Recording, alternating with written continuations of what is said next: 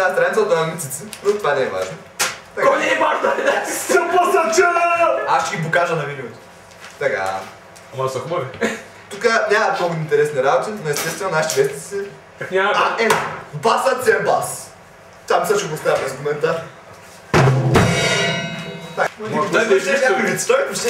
Сега ще ви прочитам вицове. Значи моля, всички хора с слаби сърца, коефициент на интелигентност над 3 и проблеми с кръвното налягане и с холестерола да не слушат.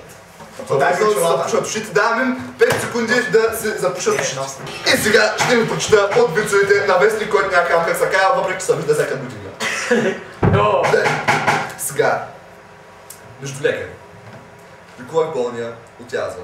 Аутопсията показа, че той е болен от апендицит. Това е нищо. Аз си месец лекувах един от жълтеница и се оказа, че е китаец.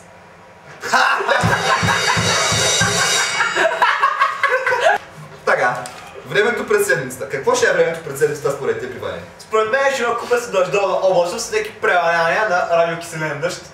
Радиокиселен дъжд. Това значи ще пуска радио. Мисля, че време да преведем времето с Ани Сарич и в битиве. Времето в Нигерия ще е горе. Охрана! Значи, има вероятност да мореже от яден прах, при което... Не! Суда! Ето пак ти си. Азив падна болница. Сега някакъв проблем с нещо го разпреда. Азив припадна болница върху труп. Така. И сега ще завършим с една траурна новина. Ученик... Ученик с гази 4 разпирка. Бързо БМВ за път. Дай ми нещо го оценя. Аз знам какво е. Бързо БМВ за първия час. Това е хора. Значи ако... Училището убива. Абсолютно.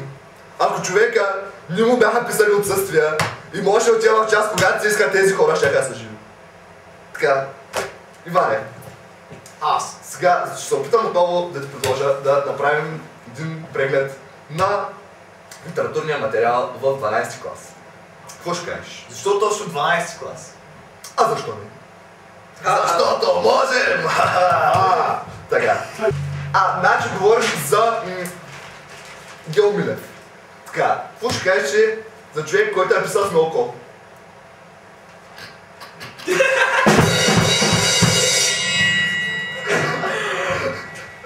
Така.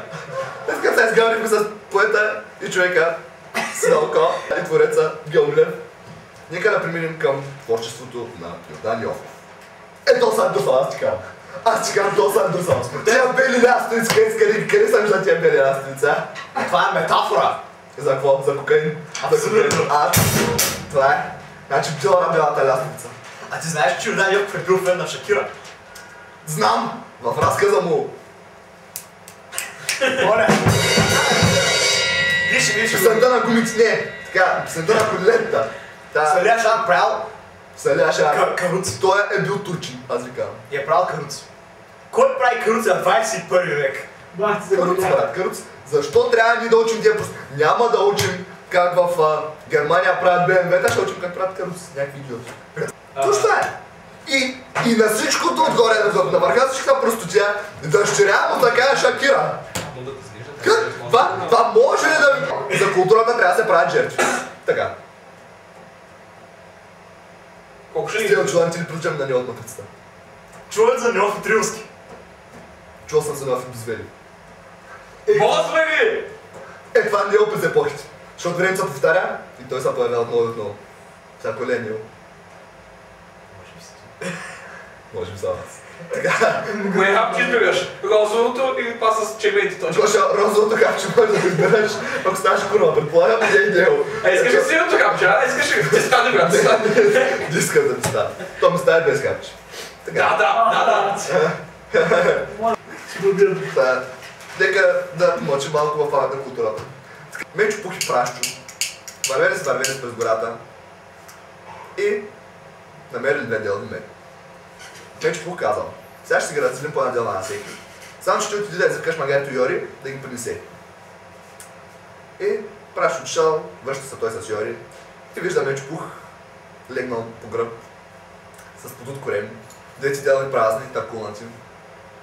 И му казал през сълзи: Мечо Пух, защо изядеш моята делба? Мак, не, извиняй, виждаш ми е лошо, Вичо, искам аз да задая един въпрос. Задай ми един Като въпрос. културен човек ти трябва да знаеш как вървят синичка на проститутките и доволен ли си от тях? Значи аз от проститутките не съм доволен, защото виж как изгледат в момента проститутките. Тази идилична обстановка, мисля, че е време да завършим с на културата, защото тук вече култура не остана. Така, това бях аз. Мичо Палаев, това беше моят гост. Благодарим ви, че бяхте с нас. Така, само пропуснах да ви кажа, че това бяха едни 20 пропуснати минути от вашия живот, които никога вече няма да се върнат. Съжалявам. Те не са били 20 Мичо.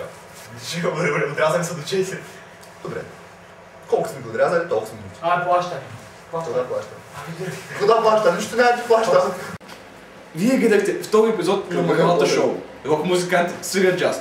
Следващия епизод, може би 20 минути, вие ще видите рок музиканти свирят кючек. Аде всички! Хюстън изритаме! Маша! Искаме да вие да после вашите коментари, защото най-добрият коментар ще спечели тази невероятна бувка с 2 цифра. Ако искате другия чифт, моля да търсите Димитър Талалаев. Другата бувка е другия чифт. Дай пак! Така, пратете ми вашата идея за песен, която искате да обърнем на кючек. До сега нашите идеи включват Пета симфония кючек.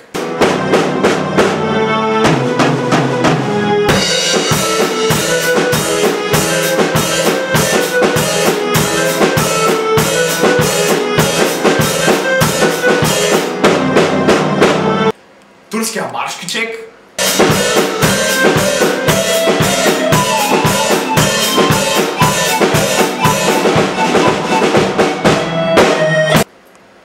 И естествено Селин Дион кючек.